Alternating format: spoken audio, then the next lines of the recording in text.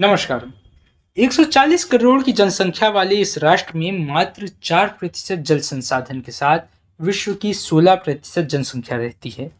तेजी से बढ़ती जनसंख्या, तीव्र गति से हो रही आर्थिक वृद्धि और शहरीकरण के कारण आज भारत में जल की मांग और उपयोग में निरंतर वृद्धि हो रही है, जिसके कारण भारत के कई राज्य में नीचे जाते जल स्तर से जल अभाव का सामना करना पड़ रहा है। वहीं दूसरी ओर भारत सिंधु नदी प्रणाली का 80% से अधिक जल शत्रु राष्ट्र पाकिस्तान को दे रहा है। कारण कारण है सिंधु जल समझौता। आइए प्रारंभ करते हैं। भारत पाकिस्तान विभाजन में अंग्रेजों ने बहुत ही अव्यवस्थित ढंग से सीमाओं को निर्धारित किया, परंतु जल संसाधन के विभाजन पर कोई विमर्श नहीं हुआ।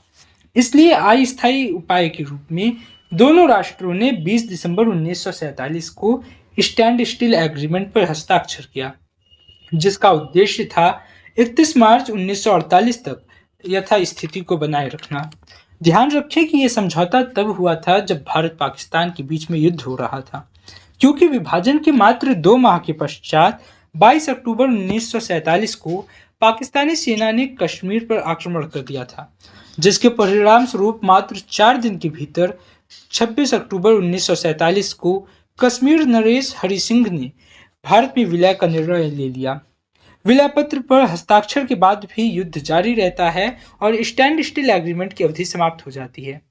अवधि के समापन के साथ ही 1 अप्रैल 1948 को पंजाबी अभियंताओं अर्थात इंजीनियर्स ने पंजाब से लाहौर को हो रही जल आपूर्ति को रोक दिया और मंडी जल विद्युत योजना से होने वाली विद्युत आपूर्ति को भी रोक दिया। और इसके कारण अनुमान लगाया जाता है कि संभवतः इस जल आपूर्ति की रोक से पाकिस्तान की लगभग 8% कृषि भूमि प्रत्यक्ष रूप से प्रभावित हुई और पाकिस्तान के दूसरे बड़े शहर लाहौर में जल अभाव हो गया था। जल अभाव का सामना कर रहे पाकिस्तान ने 1 मई 1948 को दिल्ली समझौते पर हस्ताक्षर कर लिया, जिसमें पाकिस्तान के समक्ष 2 शर्तें रखी गई थी, जिन दोनों शर्तों को पाकिस्तान ने स्वीकार कर लिया। पहली शर्त थी कि भारत से होकर पाकिस्तान जाने वाले जल के लिए पाकिस्तान भारत को एक निश्चित धनराशि देगा। दूसरी शर्त थी कि भारत को धीरे धीरे पाकिस्तान को दी जाने वाली जल आपूर्ति कम करने की अनुमति होगी। सदैव की भांति प्रारंभ में तो पाकिस्तान ने इस शर्त को स्वीकार कर लिया, परंतु बदलते समय के साथ उसने अपनी वास्तविक प्रवृत्ति प्रदर्शित करना शुरू कर दिया और अभी दिल्ली समझौते को कुछ समय ही हुआ था कि उसने अपने क्षेत्र में बहने वाली सतलुज नदी पर घर का निर्माण शुरू कर दिया, जो कि दिल्ली समझौते के विरुद्ध था। जब भारत ने इस पर प्रश्न उठाया तो उसने अपने इस निर्णय को ये कहते हुए न्यायोचित ठहराया कि ये नहर उसके भारत द्वारा जल आपूर्ति बंद करने की स्थिति में सहायक सिद्ध होगी। हालांकि जब भारत ने इसका विरोध करते हुए प्रत्युत्तरात्मक कार्रवाई की चेतावनी दी तो पाकिस्तान ने कहा कि उन्होंने समझौते पर हस्ताक्षर दबाव में किया था और 23 अगस्त 1950 को पाकिस्तान ने समझौते की समाप्ति की सूचना दे दी।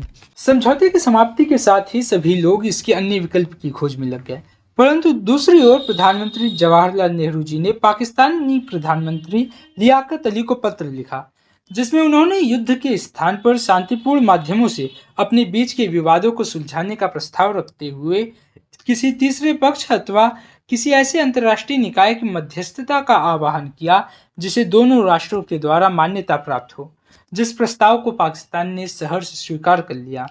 और लगभग 1 दशक के पश्चात 19 सितंबर 1960 को भारत और पाकिस्तान ने विश्व बैंक की मध्यस्थता से सिंधु जल समझौते पर हस्ताक्षर किया।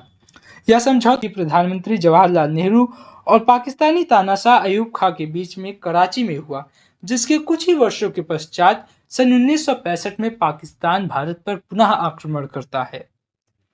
भारत में बैठे कई लोगों को विश्व बैंक की मध्यस्थता से प्रारंभ से ही संदेह था, जो कि उनका संदेह उचित भी था। विश्व बैंक की मध्यस्थता पर संदेह होने का कारण विश्व बैंक पर अमेरिका का प्रभाव था, जिसे आज भी हम नहीं नकार सकते।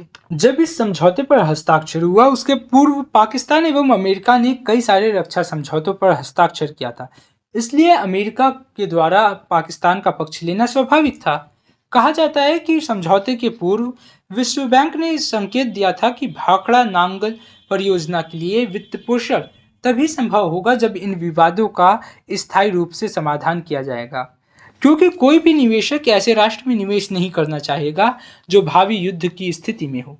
परिणाम इसका ये हुआ कि भारत विश्व बैंक की मध्यस्थता के लिए मान गया और एक ऐसे समझौता हुआ जिसमें भारत ने एक ऊपरी तटवर्ती राज्य के रूप में अपने सभी संभावित लाभों को त्याग दिया।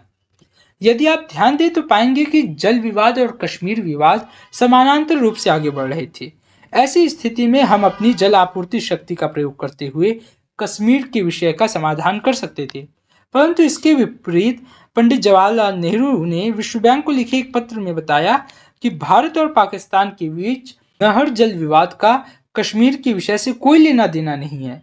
यह पूर्वी और पश्चिमी पंजाब की सिंचाई प्रणाली से प्रारंभ हुआ और वहीं तक सीमित है। यह शब्द उस प्रधानमंत्री की हैं जिसके नेतृत्व में भारत ने पाकिस्तान के हाथों अपने 1/3 कश्मीरी भूभाग को खो दिया। अब तक हमने देखा कि किस प्रकार से सिंधु जल समझौता हुआ और अब हम जानेंगे कि सिंधु जल समझौता वास्तव में क्या है। तो सबसे पहले साधारण भाषा में आप ये समझ लीजिए कि भारत के उत्तरी क्षेत्र से निकलने वाली 6 प्रमुख नदियां हैं: सिंधु, झेलम, चिनाब, रावी, व्यास और सतलुज। भारत के विभिन्न क्षेत्रों में प्रभावित होकर ये नदियां पाकिस्तान में प्रविष्ट होती हैं, जिनमें सबसे प्रमुख नदी सिंधु नदी होती है और इसीलिए इन 6 नदियों के समूह को हम सिंधु नदी प्रणाली कहते हैं, जिसके विभाजन के लिए सिंधु जल समझौता हुआ है। इस समझौते के अंतर्गत भारत को 3 पूर्वी नदी सतलुज, व्यास और रावी और पाकिस्तान को 3 पश्चिमी नदी सिंधु, चिनाब और झेलम का अधिकार प्राप्त है। प्रथम दृष्टि में यह विभाजन न्यायोचित प्रतीत होता है, परंतु ऐसा नहीं है, क्योंकि इसके कारण भारत को केवल 20% जल प्रयोग कर पाता है और शेष 80% पाकिस्तान के खाते में जाता है, जबकि भारत के पास पाकिस्तान की तुलना में कहीं गुना अधिक जनसंख्या एवं कृषि योग्य भूमि है। एक अध्ययन के अनुसार यदि जल संसाधन का आवंटन जनसंख्या, जल निकासी क्षेत्र और कृषि योग्य क्षेत्र के आधार पर होता तो भारत कम से कम 42% जल का अधिकारी था।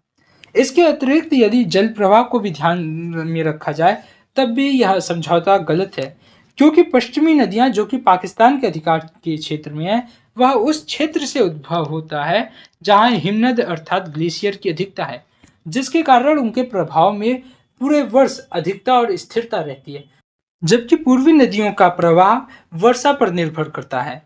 भारत के अधिकार में जो 3 नदियां हैं उनमें से व्यास नदी एक सहायक नदी है और रावी नदी का बहुत ही सीमित क्षेत्र भारतीय भूभाग से होकर गुजरता है, जिसके कारण पंजाब, हरियाणा, राजस्थान, जम्मू एवं कश्मीर जैसे क्षेत्रों को विशेष रूप से प्रभावित होता है। वहीं दूसरी ओर प्रत्येक वर्ष 40 मिलियन एकड़ फीट पानी पाकिस्तान से होते हुए अरब सागर में अनुपयोगी ही मिल जाता है। पहलगाम हमले के पश्चात भारत की ओर से इस संधि को स्थगित कर दिया गया है, परंतु भारत इस संधि से यदि निकल जाता है तो पाकिस्तान के लिए ये बहुत बड़ा संकट होगा। इसके लिए शायद वह अभी तैयार नहीं है, क्योंकि ध्यान रखें कि ये वो समझौता है जिसने भारत पाकिस्तान के बीच 3 युद्ध देखे हैं, फिर भी कभी स्थगित नहीं हुआ। धन्यवादम। जय मां भारती।